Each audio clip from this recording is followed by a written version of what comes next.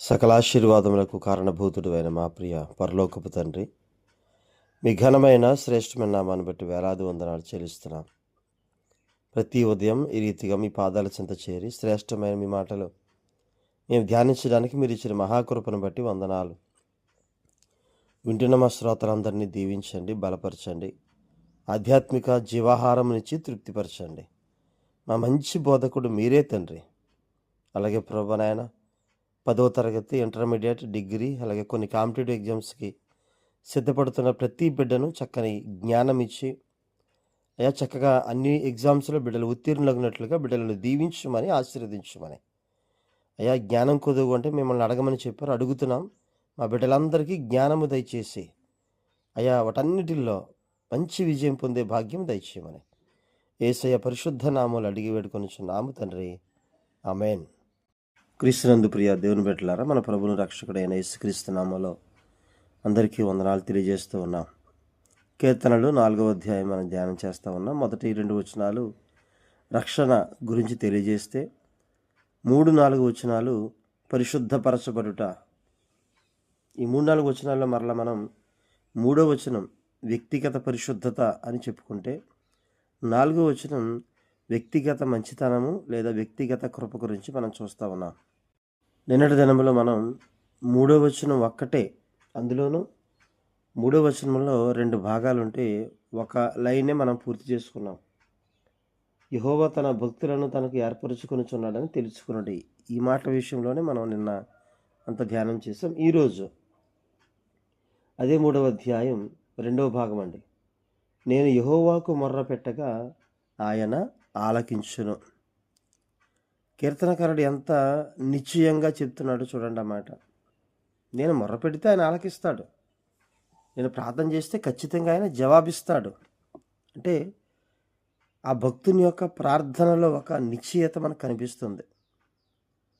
ఆ భక్తుని యొక్క ప్రార్థనలో మనకి ఒక మంచి నమ్మకం కనిపిస్తుంది. ఖచ్చితంగా నేను ప్రార్థన చేస్తాను, యెహోవాకు నేను మొర్ర పెట్టగా ఆయన ఆలకించును, ఆయన ఆలకిస్తాడు, ఖచ్చితంగా ఆలకిస్తాడని. మరి మన ప్రార్థనకి ఆ రీతిగా నమ్మకం కలుగుతుందా? మనం ప్రార్థించేటప్పుడు దేవుని దగ్గర ఎలా మనం ప్రార్థిస్తూ ఉన్నాం? కొంతమంది చేసే ప్రార్థనలకి జవాబులు వెంటనే వస్తాయండి. కొంతమంది ప్రార్థనలకి ఆలస్యంగా వస్తాయి జవాబులు. కొన్ని ప్రార్థనలకి అసలు జవాబులే రావు. పేతురు నీళ్ళలో మునిగిపోతున్నప్పుడు ప్రభువా నన్ను రక్షించని కేకలేశాడు. అక్కడ జవాబు వెంటనే రావాలి. యేసు ప్రభు వెంటనే ఆ పేతురు చేయి పట్టుకుని ఆ మునిగిపోతున్న నీళ్ళలోంచి బయటకు తీసినట్టుగా మనం చూస్తాం. ఇలాగా కొన్ని వాటికి జవాబులు మనం వెంటనే పొందుకుంటాం, కొన్నిటికి ఆలస్యంగా వస్తాయి, కొన్నిటికి అసలు రావు. మనం అడిగింది దేవుని చిత్తములో లేనప్పుడు మనం వాటిని పొందుకోలేము. ఆయన అంటాడు, ఖచ్చితంగా నాకు ప్రార్థన చేయండి, నేను మీకు ఉత్తరం ఇస్తానని చెప్తూ ఉన్నాడు. ఇర్మియా గ్రంథంలో 33వ అధ్యాయం అండి.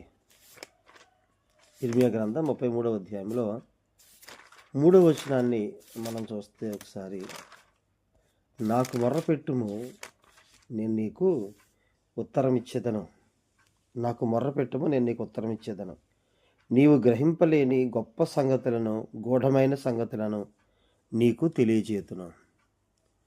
ఇది నాన్నగారు ఉన్నప్పుడు నాన్నగారు చెప్పేవారు, దేవునికి ఒక ఫోన్ నెంబర్ ఉంది, ఆ ఫోన్ నెంబర్ ఇది అని చెప్పేవారు. 33:3 ఆ ఫోన్ నెంబర్. అంటే ఇర్మియా గ్రంథం 33:3. ఆయనకు మొర్ర పెడితే ఖచ్చితంగా దేవుడు జవాబిస్తాడు అని, ఖచ్చితంగా ఆయన దగ్గర ఉన్న జవాబు పొందుకుంటామని చెప్పేవారు. కాబట్టి యోహాను మొదటి పత్రికలో కూడా 5వ అధ్యాయం 14-15 వచనాలండి. యోహాను మొదటి పత్రిక 5:14-15. ఆయనను బట్టి మనకు కలిగిన ధైర్యం ఏదనగా, ఆయన చిత్తానుసారముగా మనం ఏది అడిగినను ఆయన మన మనవి ఆలకించునన్నదియే. మనం ఏమి అడిగినను ఆయన మన మనవి ఆలకించునని మనం ఎరిగిన ఎడల, మనం ఆయనను వేడుకొనినవి మనకు కలిగినవని ఎరుగుదుము. అంటే ఖచ్చితంగా మనం ప్రార్థన చేస్తే దానికి జవాబు ఖచ్చితంగా పొందుకుంటాం. ఆయన చిత్తానుసారంగా ప్రార్థన చేస్తే అదే మన ధైర్యం. ఖచ్చితంగా ఆయన ఇస్తాడనే ఒక ధైర్యం. ఇదిగో మత్తయి సువార్త 7:7లో 8లో ఉంటుంది కదండి. అడుగుడి మీకు ఇయ్యబడును, వెతకుడి మీకు దొరుకును, తట్టుడి మీకు తీయబడును. ఆ కింద వచనం ఉంటుంది, అడుగు ప్రతివాడును పొందుకొనును. ప్రతి వాళ్ళు పొందుకుంటారు. మరి ప్రార్థనలకి జవాబులు రావు అంటున్నాం కదా. ఎటువంటి ప్రార్థనలకి జవాబులు రావు అని అంటే యెషయా గ్రంథం 59వ అధ్యాయంలో 1-2 వచనాలు మనం చూస్తే, మనం చేసేటువంటి ప్రార్థన అసలు దేవుని దగ్గరికి వెళ్ళదంటండి. కొన్ని ప్రార్థనలకి 1-2 వచనాలు యెషయా గ్రంథం 59. రక్షింపనేరక ఉండినట్లు యెహోవా హస్తము కొరచకాలేదు, విననేరక ఉండినట్లు ఆయన చెవులు మందము కాలేదు. మీ దోషములు మీకును మీ దేవునికిని అడ్డముగా వచ్చెను. మీ పాపములు ఆయన ముఖమును మీకు మరుగుపరిచిన గనుక ఆయన ఆలకింపకున్నాడు. మన ప్రార్థన అసలు దేవుని దగ్గరికి వెళ్ళదంటండి. అంటే మన హృదయాల్లో ఒకవేళ దోషము, పాపము మనం పెట్టుకుని ప్రార్థన చేస్తే ప్రార్థన దేవుని సన్నిధికి చేరదు అని చెప్తున్నాడు.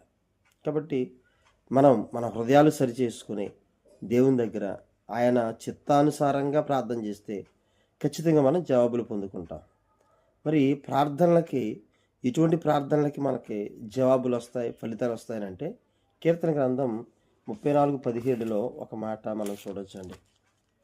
34వ అధ్యాయం 17వ వచనంలో అక్కడ ఒక మాట ఉంటుంది, నీతిమంతులు మొర్రపెట్టగా యెహోవా యందు భయభక్తులు గలవారి చుట్టూ ఆయన దూత కావలి ఉండి వారిని రక్షించును. అది 7వ వచనం. అలాగే 17కి వస్తే, నీతిమంతులు మొర్రపెట్టగా యెహోవా ఆలకించును. అంటే పాపము లేకుండా నీతివంతమైన జీవితం జీవిస్తూ చిన్న ప్రార్థన చేసిన వెంటనే దేవుడి జవాబు ఇస్తాడు. అలాగే అదే కీర్తన గ్రంథం 18:6లో చూస్తే, నా శ్రమలో నేను యెహోవాకు మొర్రపెట్టితిని, నా దేవునికి ప్రార్థన చేసి తిని, ఆయన తన ఆలయములో ఆలకించి నా ప్రార్థనను అంగీకరించెను. నా మొర్ర ఆయన సన్నిధిని చేరి ఆయన చెవిలో జొచ్చెను.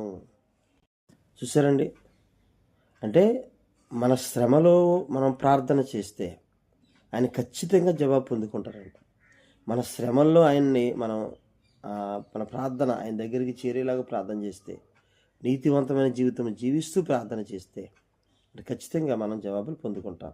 సామెతల గ్రంథం 15:29లో కూడా ఒక మాట చూద్దామండి. భక్తిహీనులకు యెహోవా దూరస్థుడు, నీతిమంతుల ప్రార్థన ఆయన అంగీకరించును. నీతివంతమైన జీవితం జీవిస్తూ చిన్న ప్రార్థన చేసినా ఆయన వెంటనే అంగీకరిస్తాడు. జవాబు మనకి ఏ సమయంలో కావాలో ఆ సమయంలో అందించినా ఆయన వెంటనే మన ప్రార్థన ఆలకిస్తాడు.